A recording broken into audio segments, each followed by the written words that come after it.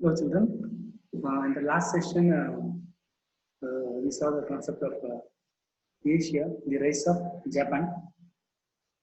So, after that, the next concept is strong arm diplomacy of Japan.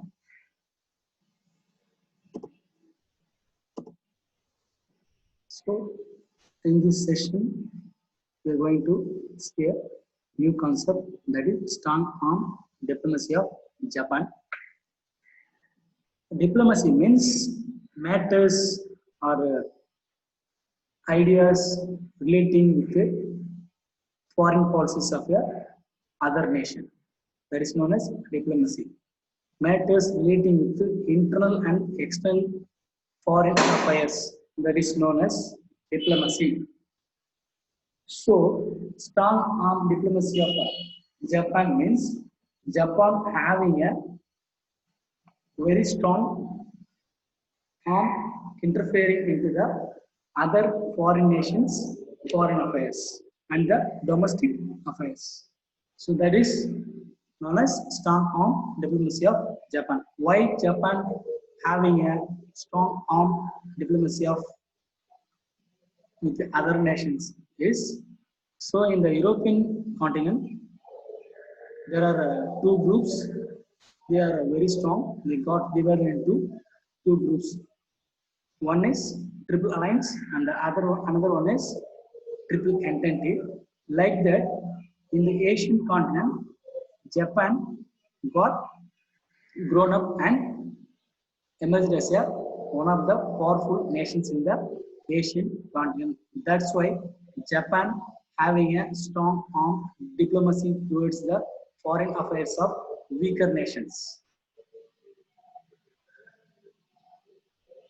So in the year 1905, Japan interfering or took control of Korean domestic and foreign policy. So while Japan interfering in the domestic and foreign policies of Korea interfered and brought into the control of Japan. So one side it was bringing Korea under the control of Japan, and in the year 1910, so Japan sending a diplomat. Diplomat means the person representing a nation in the international affairs or other foreign policies, which is known as diplomat. So Japan sending a diplomat to other weaker nations like Korea and some of the other nations, while Japan sent a diplomat to Korea to deal with the domestic and foreign policies of Korea and taking them under control. So in the year 1910, that Japan representative or Japan diplomat was assassinated by the Korean people. So that led to the severe clash between the Korea and Japan. In that clash, Japan annexed the Korea entirely under its control. So in the meanwhile, there is a confusion in China. This was known to Japan. So in the year 1912, Manchu dynasty in China. So somehow Japan came to know that in China the Manchu dynasty got confused and they had no idea to rule the empire or function the Manchu dynasty in China. So this was known to Japan, and Japanese were trying to use this or utilize this situation to expand or annex the Manchu dynasty to the Japan. So this was known to the Japanese, and they are moving towards or expanding their territory towards China and captured Manchu dynasty in 1912. And after capturing China by Japan, so they are demanding or asking the German rights in Shantung to Japan. That means that Manchu dynasty or Manchu region, which was already captured and under the control of German. Now it was captured or annexed by the Japanese. So the Japanese asking the transfer the German rights or powers which you give to the German nation to us. So these are the agreements or treaty which is being signed between the China and Japan after the annexation of Manchu dynasty in 1912. So this made both China and European powers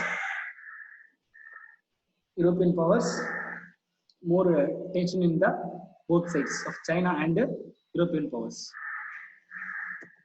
So now we'll move to the next concept, colonization and its fallout.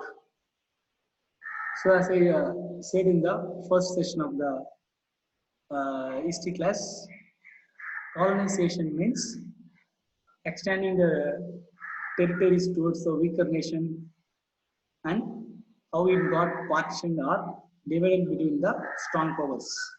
And after dividing, what are the resources, infrastructure which are available in the colonized nations, that how they shared, how it got split among the stronger powers. And some of the European powers got followed from the partition or dividing the colonized or weaker nations in the Africa and other parts of the world. So around 1876, 10% of Africa was under European control. So after that 1900, what happened? The entire Africa was colonized or imperialized or annexed or captured by the European powers like Britain, France, and Belgium. And they divided the continent between them, leaving a very few areas to Germany and Italy. So Germany and Italy also belongs to the European powers, but initially the Britain, France, Belgium, they divided the European continent completely and they let them give a small areas to the German and Italy. So let me see what they divided or how they partitioned the Africa among the European powers. So Britain, France, Russia, Germany also established spheres of influence in China. So these European powers not only they dominated Africa and also in China also they landed there. They landed and they're dominating the China and also in just like European powers, Japan also started dominating or annexing the weaker nations near to him. That was Korea and Taiwan was annexed by the Japan, and also France captured or conquered the India and China. So US took the Philippines from Spain, but the line tells that Spain may be captured the Philippines. From Spain, US again recaptures the Philippines. So Britain, Russia agreed to partition India. So there is a mutual agreement between the Russia and Britain to partition or divide the Iran. So all this partition and the colonization and the annexation of the weaker nations in the China, Korea, Taiwan, India, China, Philippines, Iran, and other parts of the world, especially in Africa, resulted in many bloody battles. So the colonization process of activities led to the many war and bloody battles that happened. First in the Europe, first in the African continent. Now we move to the next concept. So still now we are just roaming outside of this lesson.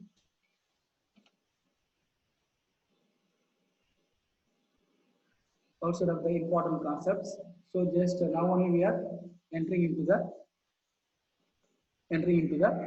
important areas of outbreak of First World War One and its aftermath.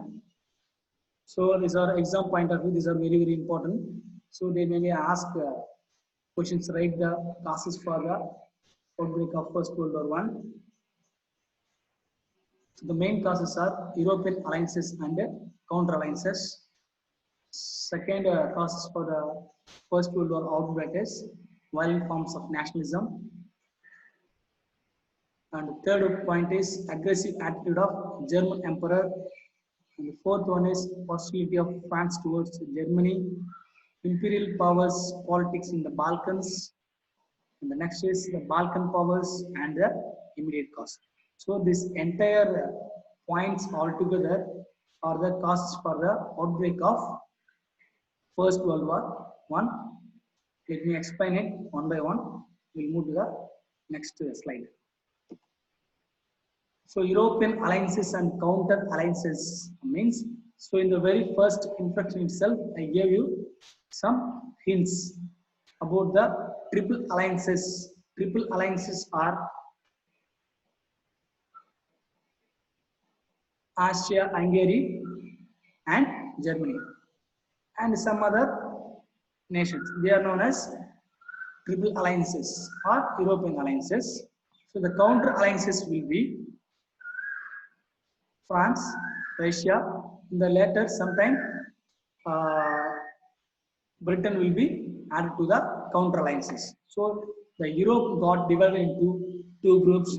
First one is triple alliances, also known as European alliances, and the counter alliance or opposition to the triple alliance will be counter alliance, which includes Great Britain, France, and Russia. So now I will explain the entire concept by reading this. Okay, just listen this. So in 1900, five of the European great powers were divided into two armed camps. So one camp consisted of central powers. They are known as central powers or triple alliance or European alliance. They are Germany, Austria, Hungary, and Italy. So this two armed camps was formed by different groups and different agreements. So the central powers or triple alliance was formed by under the guidance of Bismarck.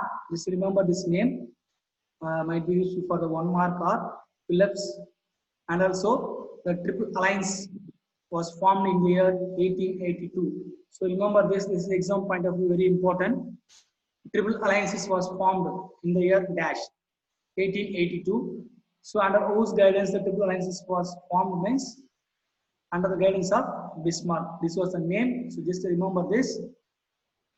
So the another camp consisted of France and Russia. So after a few years, so to this France and Russia, Britain also joined with this triple entity group. And their alliance was formed in 1894 with a promise of mutual help if Germany attacked either of them. So என்னன்னா இவங்களுக்குள்ள ஒரு agreement போட்டுக்கிறாங்க. Suppose Germany வந்து நம்மள attack பண்ணா நம்ம ரெண்டு பேரும் வந்து ஒரு டீமா ஃபார்ம் ஆயிட்டு we can attack the triple alliance group or triple alliance nations. So in the Europe, the European nations got divided into triple alliance under the one side and the France and Russia in the other side. So in the Europe, Britain got isolated. Isolated means it's been separated. So Britain wanted to join with any one of this side. So Britain trying to approach the Germany twice. So when the Great Britain trying to join with the Triple Alliance group, Germany resisted the handshake with Britain. So Britain tried to involve or join with the Triple Alliance group, but it was went in a vain. Vain means it's wasted, and it was not accepted by the German. So in the year 1902, what happened? The Great Britain and went to and joined to the sides of France, Russia, and the other powers of Triple Entente, and the two European powers was formed. First one is a Triple Alliance, and next one is Counter Alliances or Triple Entente. So Anglo-Japanese Alliance prompted means cause. Anglo-Japanese Alliance caused France to seek an alliance with Britain to resolve the colonial disputes over Morocco and Egypt. So there is a Anglo-Japanese alliance that made the reason France to seek an alliance with Britain. So these two are alliance, or they're having a joint hand. So this made a France to seek or involve or interfere with the alliance with Britain to resolve the or solve the problems or disputes over Morocco and Egypt. So this resulted in the Entente Cordial 1904. So in the year 1904, they formed the Entente in the 1904. So in return for letting the French have a free hand in Morocco, France agreed to recognize the British occupation of Egypt. The Britain subsequently reached an agreement with Russia over Persia, Afghanistan, and Tibet. So British got aligned or joined with France and Russia. For this, they are giving a free hand or giving a entry into the Morocco by the France. So French giving rights to enter into Morocco, and Russia giving powers or rights to enter into Persia, Afghanistan, and Tibet to Great Britain. And this is how the Triple Entente was formed. Now we will move to the next concept.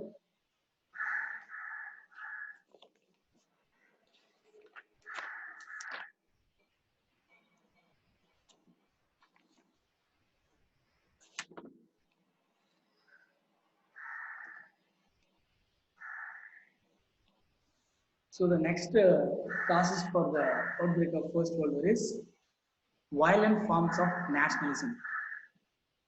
Nationalism means patriotism, desapatru. So during that time, from France, England, and Germany, the peoples or soldiers of these three nations, they were very aggressive, and they are showing their patriotism and nationalism towards their nation is very different and very aggressive, something which is not normal, like as we do in the modern day. So in those days itself, and the aggressive and violent patriotism of England, France, and Germany was very aggressive. Let me see, this exam point of view is very important. Remember this. So in England, the nationalism or patriotism is known as Jingoism. Jingoism is here. So in England, the nationalism or patriotism will be called as Jingoism. In France, they call it as Chauvinism, and in Germany, they call it as culture or Kultur. These are the three different militant forms of patriotism or nationalism, which contributes or decisively to the outbreak of First World War. So the soldiers or populations in the England, France, Germany peoples, their mindset is to we have to contribute to the our nation in any way, through moderately or very aggressively. That made the outbreak of First World War. So next cause for the outbreak of First World War is aggressive attitude of German Emperor. So aggressive means very strong and capable of doing anything. That is known as aggressive and very violent to the nation of Germany.